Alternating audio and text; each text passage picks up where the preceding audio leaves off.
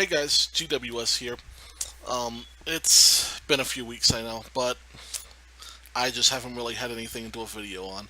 But I think I have to speak out against this, well, not against, but about the whole Gillette ad, toxic masculinity, and the feminist debate in general. I haven't really discussed my opinions on this before, and there's just some things that I have to get off of my chest. Um, so first of all, where to start? For like my position on the whole feminist thing, toxic masculinity is, um, I there are some good points, and there are things that we as a society have to admit are happening and are normalized, are seen oftentimes as trivial. Um, the fact is, it's very close to, it's between a quarter of women and a half of women, whichever study you look at, experience some form of severe sexual assault or rape. That is a fact. And it is another fact that sexual harassment, even things such as catcalling, are legitimate things. There's even points to be made about the so-called the pink tax stuff. Now all the stuff about like mansplaining, the gender wage gap, all that's pretty much like nonsense, and you're going to hear it from leftists. But these things have been factually disproven, and see, feminists have to understand that. So this is coming from a position where I'm moderately in favor of a soft feminist movement, not the whole extreme third wave feminist.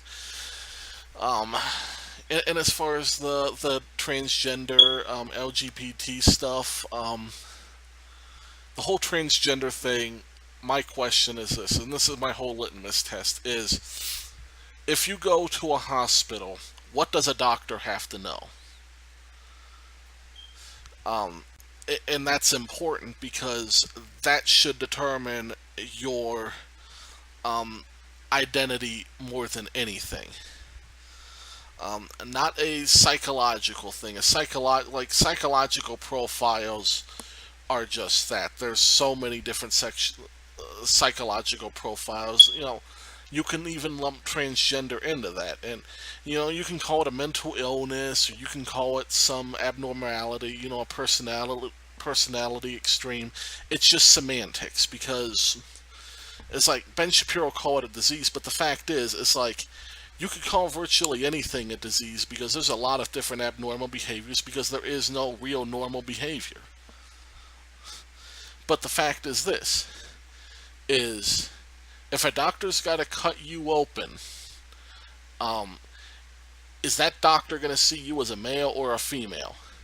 If you went and you got your post-op, you're male to female, and you get your, like cut open and folded, whatever they do, and that they basically give you female reproductive organs, is like they have to know if that is a wound or if that is a reproductive organ.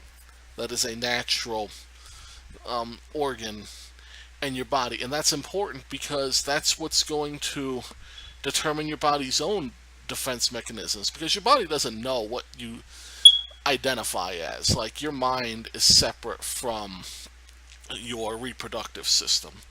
Your reproductive system's going to act how it's going to act. And your body's going to act how it's going to act. And if the doctor has to cut you open in a way or manipulate you in a way where your body is going to respond in an adverse manner that could kill you, they have to know what's in your body. And so biological sex 100% matters. So that's why I believe that people say two genders. I say 4. Um, Maybe 5 if you want to include some kind of amalgamation, hermaphrodite, what have you. You get male, female, male to female transgender, female to male transgender. And so that's what's useful for a doctor to know. What's not useful is if, what you psychologically identify as. Like if you're a pre-op transgender, no.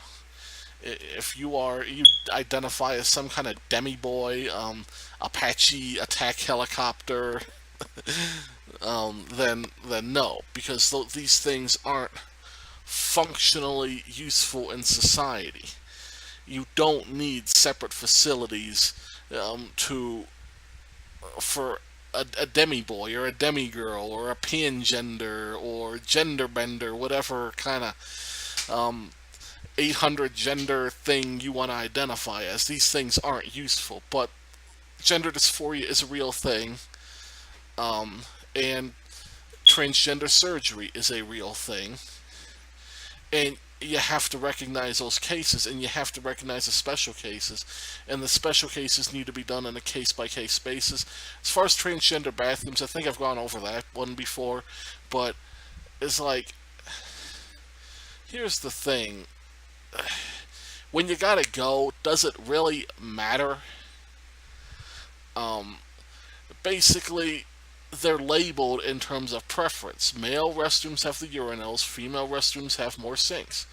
It's all a matter of what you need, and in general, to make people a little bit more comfortable. But it's like, the reality on the ground is that, and I can testify to this, it's like, if you really have to go and you cannot wait, it's an emergency, and the men's restroom is blocked off for maintenance, for cleaning, you're gonna go in that female restroom and you're gonna use their toilet. It's not gonna matter who the hell's in there or what they're doing or washing off. You're gonna use that restroom. It's like, so this thing where, like, you say you have to use the restroom according to that's silly. As far as locker rooms, that one's off limits for me.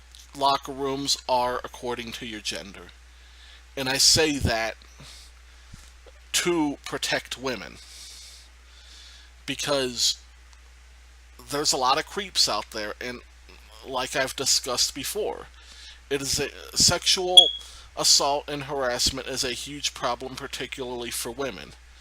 You know, especially for women, at least unless you count prisons, but we're not going to count that. At least not in the general population, because, but the locker room thing is just off limits. Like, if you are a man, if you have the genitals of a man, you go in the men's locker room. It doesn't matter how you identify, what kind of hermaphrodite you are, what kind of weird combination, if you're like a 0.001%, if you have male genitals, you go to the male locker room, period. Like, I don't really say that for female, because it's like, it's just not a reality that women are sexually harassing anybody. So it's like, but even for them, it's like, you gotta separate by biological sex. But here's the thing, and this is my thing about the Gillette ad, about the shampoo ads, all that. It's like, they're the ones who are at fault here, especially Gillette.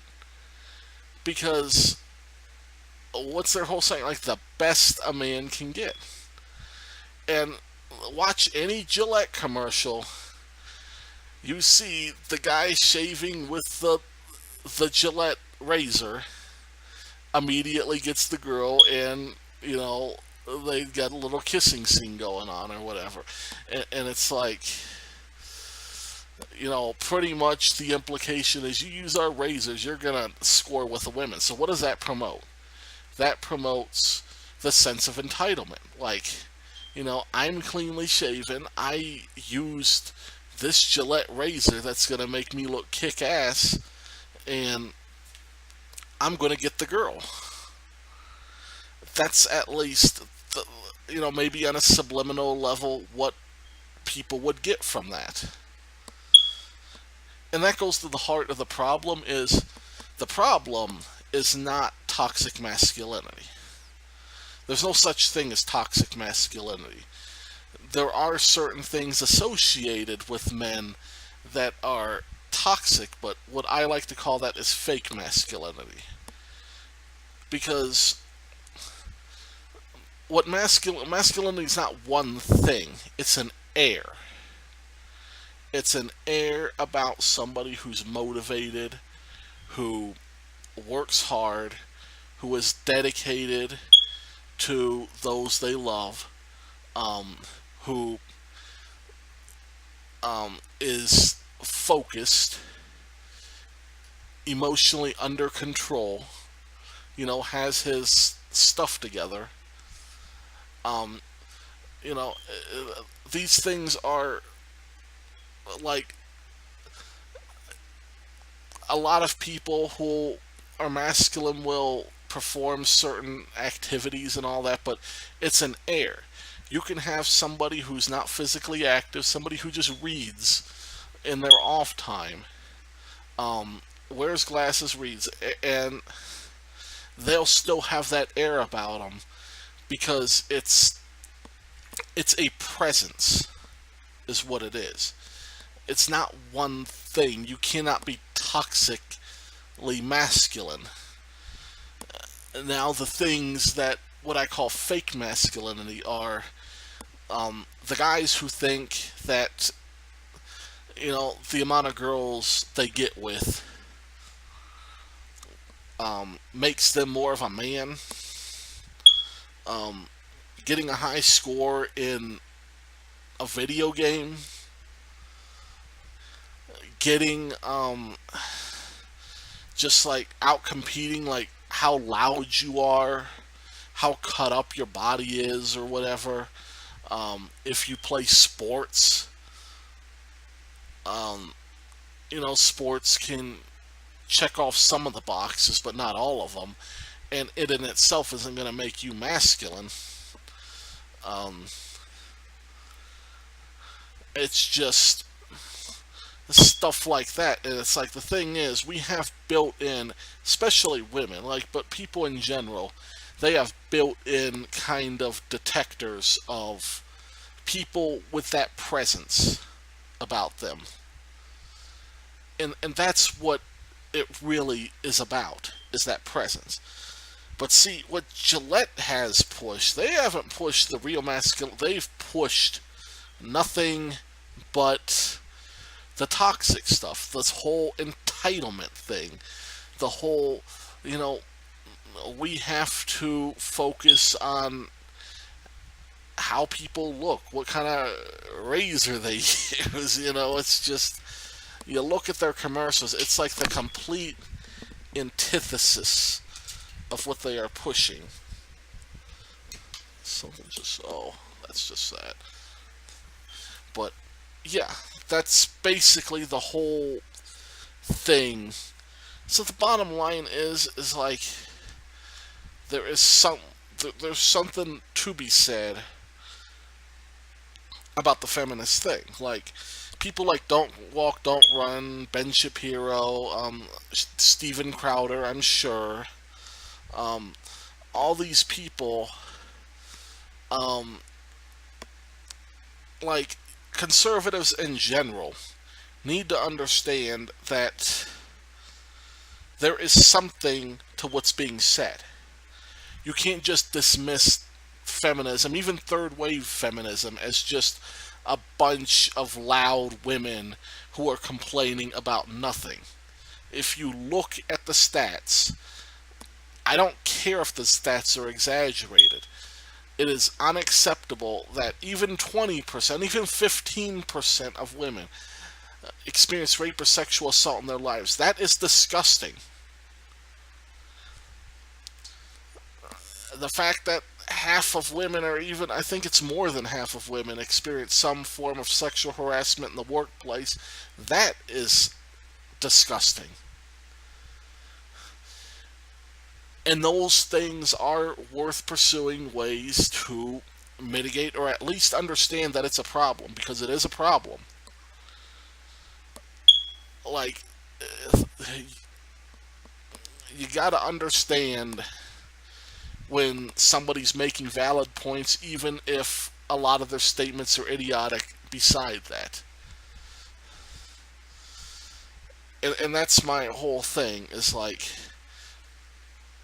companies that think that they're piggybacking off of the feminist movement, making lives better for women, these are the same companies that have pushed this stuff. These are the same companies that do business in countries like Saudi Arabia, who, up until a couple years ago, sentenced women to death for driving. To death. Who punish women severely if they dare not wear their niqab. Screw freaking, like, getting called sexual chocolate in the workplace. There's women in this world who,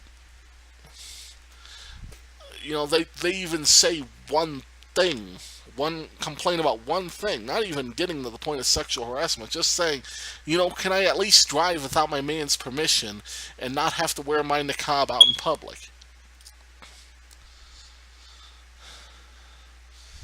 And Gillette does business in a lot of these countries. Companies like Gillette. I don't know where Gillette specifically does their business, but I guarantee you they're more than the United States. And a lot of these companies, they take advantage of overseas labor situations where people are happy to make $100 in a month. Countries like that, countries like Thailand, who do nothing about child labor, have laws against it, do nothing to stop it. Or India, basically the same thing. Just they're getting a little bit better, but it's the same situation. So for these companies to come out and act like they're holier than thou and act like they're woke and they get the problems while they're still doing business in all these other places. There was one thing, there was a Super Bowl commercial. I believe it was like Nissan or something. They do a commercial about, equal pay for women. And then somebody on Twitter pulls up their salaries of the women who work there and the makeup, and nearly all the executives are men, and they're getting paid a lot more than the women. And then the PR spokesperson or Twitter spokesperson comes out and says, "Oh, we're just paying people according to their qualifications." You think? So it's like you think that other companies aren't doing the same?